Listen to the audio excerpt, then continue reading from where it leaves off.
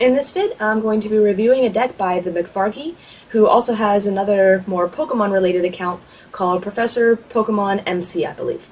And his deck, like the deck that I just finished reviewing, is another road deck. However, instead of just being straight grass, he's got a combination of grass and electric types. So let's go ahead and take a look at it.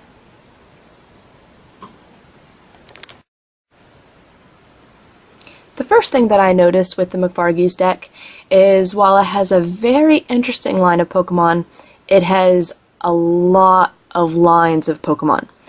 And there's a total of 31 Pokemon in this deck. That's just slightly over half the deck. That's a little more than you typically see. I'm trying to think of like a general number of Pokemon that go in a deck, but it's typically around 20. So you're kind of way overboard on your Pokemon lines, but that's okay. I think there's a few lines that you can definitely drop without hurting the deck at all. And when you drop those, I think there's a lot of other things that we can add in there to make this very consistent and run a lot better. One other thing that is a big problem is that when you count up the cards, there's only 59 cards in this deck. A tournament legal deck has to have 60 cards. No more, no less, exactly 60.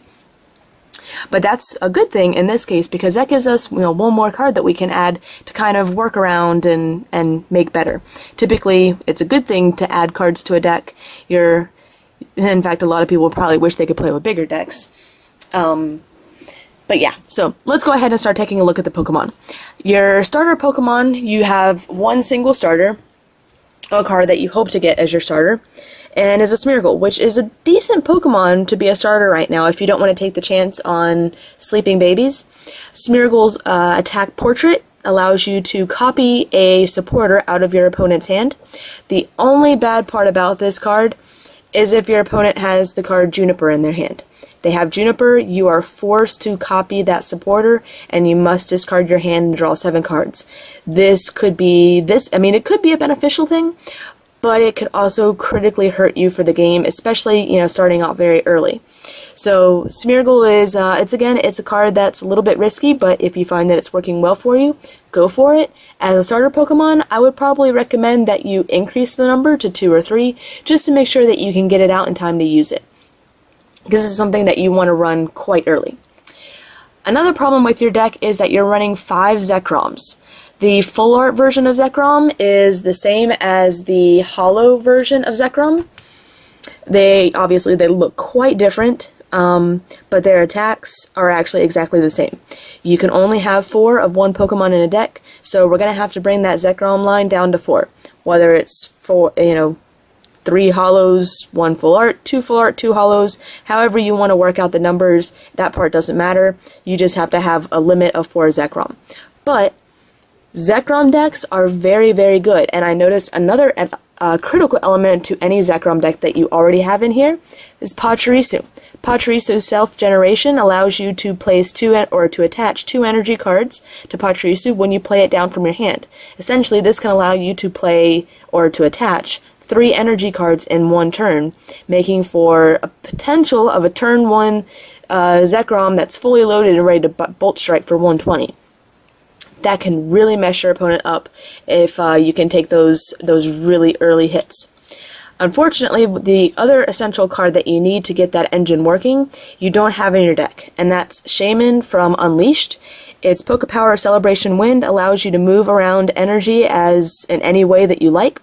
So what you do is you place down Pachirisu on your bench, attach the 2 lightning to Pachirisu with the self-generation, and you use Shaman to move those self-generated electric energies onto your Zekrom.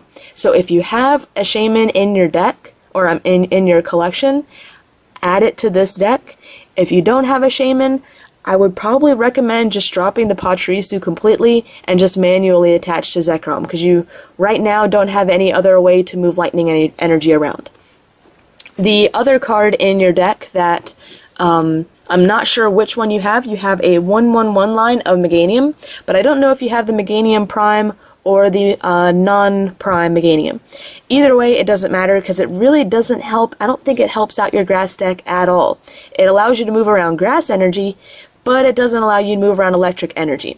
And Zekrom, I believe, needs, yeah, 2 electric energy and 1 of any other type. So Meganium really isn't going to be a helpful line in this deck, so I would probably recommend just dropping this line completely. Another line that I think you really don't need is the Galvanchillin line. Its power leech life is pretty good, or not power, its attack leech life is pretty good. That allows you to heal from Galvanchillin the amount of damage that you did to your opponent. So if you're doing 40, or if you're running plus power, which you do run 1 plus power, so you have a potential of doing 50, it can also heal 50. But it only has 80 HP, which means that it's going to be quite easy to take out in 1 hit, and you may not even have a chance to heal it at all. So you just have right now a 1/1 line of Galvanchillin. I'd probably drop that one as well. Another line I think that you don't need is the Togekiss line. You have a 1/1/1 Togekiss line. The Blessed Wings is a very nice attack. It pretty much heals everything on the field just for 2 colorless energy, and then you shuffle them back in. The problem is that this is a stage 2. This is going to be hard to get up and get going, and I really don't know if any of your Pokemon, with the exception of Zekrom, are going to be able to withstand more than 1 attack for you to be able to use Togekiss. I think just getting... And that was my cats getting into a fight. Sounds like someone got bit.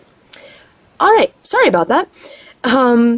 So yeah, I think Togekiss is a lot of work for not a great payoff. I mean, it could be a good payoff, but it's very risky, so I would probably suggest dropping this one. As you can tell, I'm kind of dropping a lot of things from your deck, but as you see, you've got 1, 2, 3, 4, 5, 6, 7, 8, 9, like 12 different lines of Pokemon going on, so we definitely need to streamline this down a bit.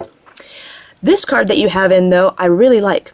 Rotom's Power Mischievous Trick allows you to trade your prize cards with the top card of your deck. If you have the Alpha Lithograph that lets you look at your prizes, that would be a great card to use. If you have something critical prized, just swap it out with Rotom. And even if you don't have the Alpha Lithograph to add into your deck, Mischievous Trick can still be a useful card, or a useful power, just on the chance if you search through your deck and see that you do have something critical prized, you can use Mischievous Trick on the hope that you'll be able to swap something out. But if I could talk, if the main reason I like this card isn't because of Mischievous Trick, I really like Plasma Arrow. It can attack any of your opponent's Pokemon with energy cards and does 20 times the number of energy cards attached to that Pokemon. With M-board decks around right now, you know, they're loading up energy on a variety of Pokemon. If that Pokemon has 4 energy on it just waiting to attack, you can snipe it for 80. That's a big snipe. And it's only for 1 electric energy. It's a decent basic Pokemon, you know, 60 HP, nothing too big. And the one thing I noticed is that it's weak to dark, and it's not weak to fighting, unlike a lot of electric types, which means that your, well, Donphan can still one-shot knock it out, but other fighting types that can't do 60 in 1 hit can last for another turn.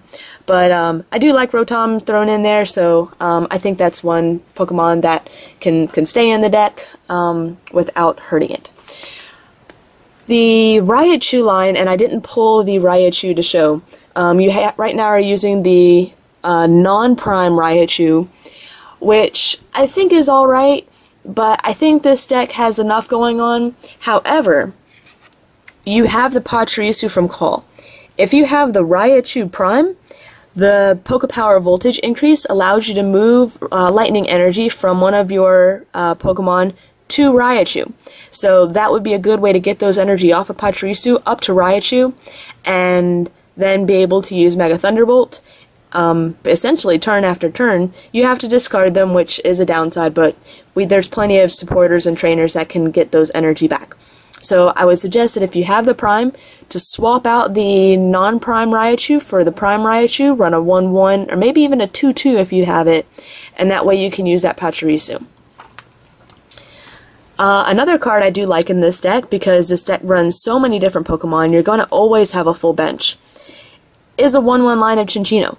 Chinchino's do the wave attack, does 20 times the number of your bench Pokemon. So if you have a full bench, you're hitting for 100. That's a really good attack for only 2 colorless energy, and like I said, you've got a lot of lines of Pokemon going on, you're gonna have a full bench. You should have a full bench pretty much all the time. So I really like the tech of Cinccino. If you have more Cinccino, I would probably recommend upping that line to probably a 2-2. And the last, oh, I forgot. You have Tyrogan here, which I think is very good for knocking out those babies, so definitely keep that. And the only other line that I haven't gone over that is my favorite part of this deck is your Serperior line. You'd run a 4-3-3 Serperior line, 1 of the non-ability, and 2 of the ability.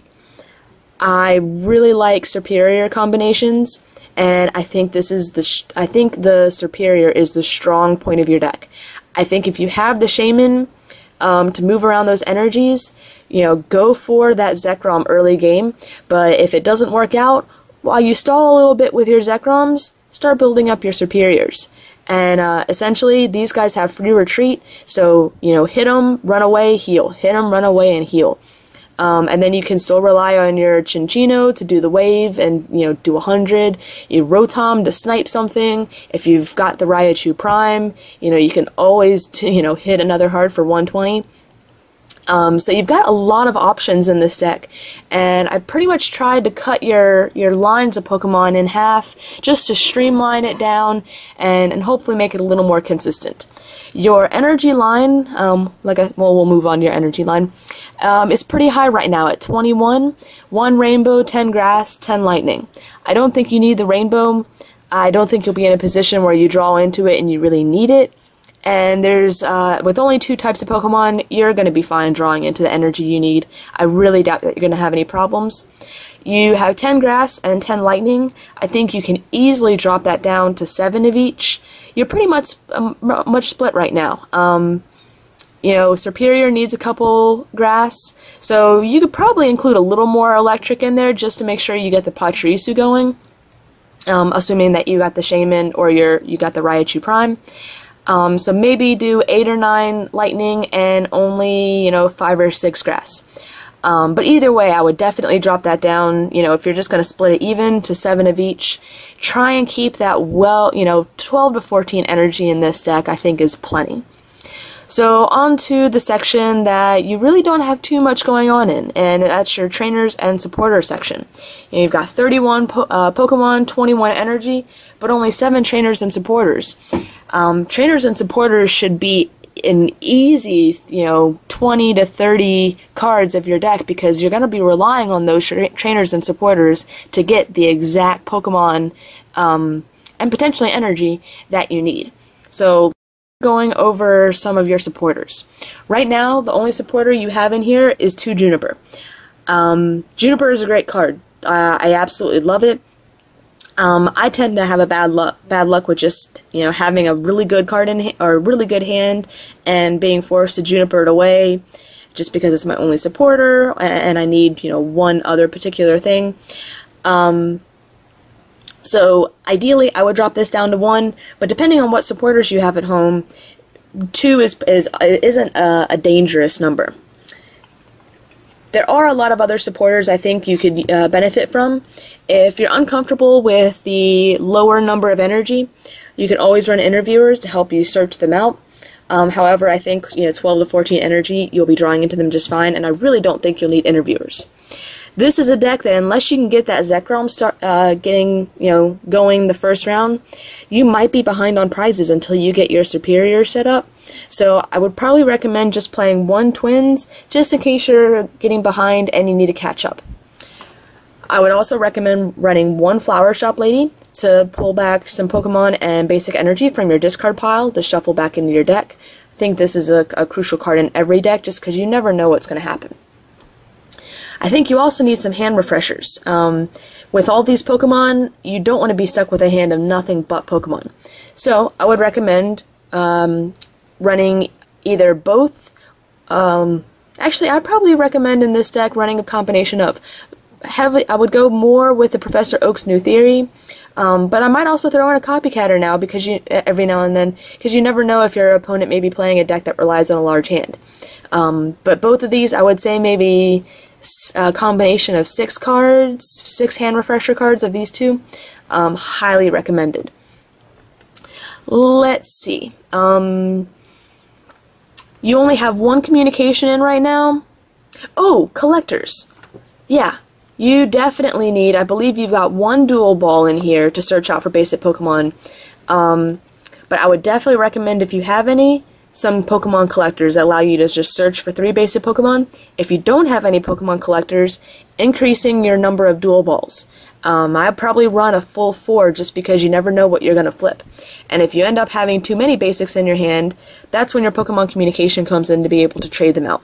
You only have one communication in there right now. I would definitely increase that line to 3. At least 3, simply because you run so many Pokemon and you may only be aiming for certain ones depending on what kind of game you're playing. So I would definitely increase this line to 3 Pokemon communication just so you can get what you want. Another card that I like to see one in of every deck is a switch. You just never know when you're going to need to retreat and you don't want to pay that energy cost, so a switch is always nice. Even if your Smeargle is active and you don't want to have to waste a turn attachment to retreat, be very awesome. Let's see. I don't think you're going to have too many problems with getting energy, like running out of energy. But if you're playtesting and you find that a lot of your energy is going in the discard pile and you can't really seem to get it back, throwing something like an energy retrieval in would probably help you out. The other big trainer card that I think is another essential in every deck is Junk Arm. And this allows you to discard 2 cards from your hand to search for any trainer card you like from your discard pile and put it back. This is going to allow you to reuse those communications, those dual balls, the retrieval if you need it, and the other big trainer card that I believe should be in your deck because you're running Zekrom is Defender. Defender now attaches to your Pokemon like a Pokemon tool would, and as long as it's attached to your Pokemon, it reduces the damage done by attacks by 20. Zekrom, when it attacks, also the Bolt Strike attack, does 40 damage to itself. If you have 1 Defender attached, or even 2 Defender attached, it reduces that amount by 20 or 40 depending on how many Defender you have attached. It stays attached while your opponent attacks, so not only does it defend against the attack or the damage you did to yourself, but it also defends against the damage that your opponent does. So I would highly, highly recommend that you throw in at least 3 Defenders, and you never know when you might need it for a Serperior or a Riot. It's just a very, very useful card and highly recommended. So I think I've made several suggestions on how to improve this deck. I don't think you need the Pokeball in this deck, and I really don't think you need the Plus Power. I honestly don't think you need the Super Scoop Up either. I'm not a fan of Super Scoop Up. It's just a very flippy coin, and I tend to flip tails. But certainly that's your personal preference. The Pokeball, I think if you increase your dual ball line, you'll be fine. So I think the Pokeball is something that can definitely be dropped, and the Super Scoop Up and Plus Power is just your personal preference. I think some of the supporters I've gone over are a little more important, but again, it's what you think works for your deck. So again, this is the McFargy / ProfessorPokemonMC's deck. I don't really know if it has a name, but it's Electric Grass Swarm. So I hope you enjoyed this deck review, and if you'd like me to review your deck, just send me a PM with your list, and I should have it up within a few days.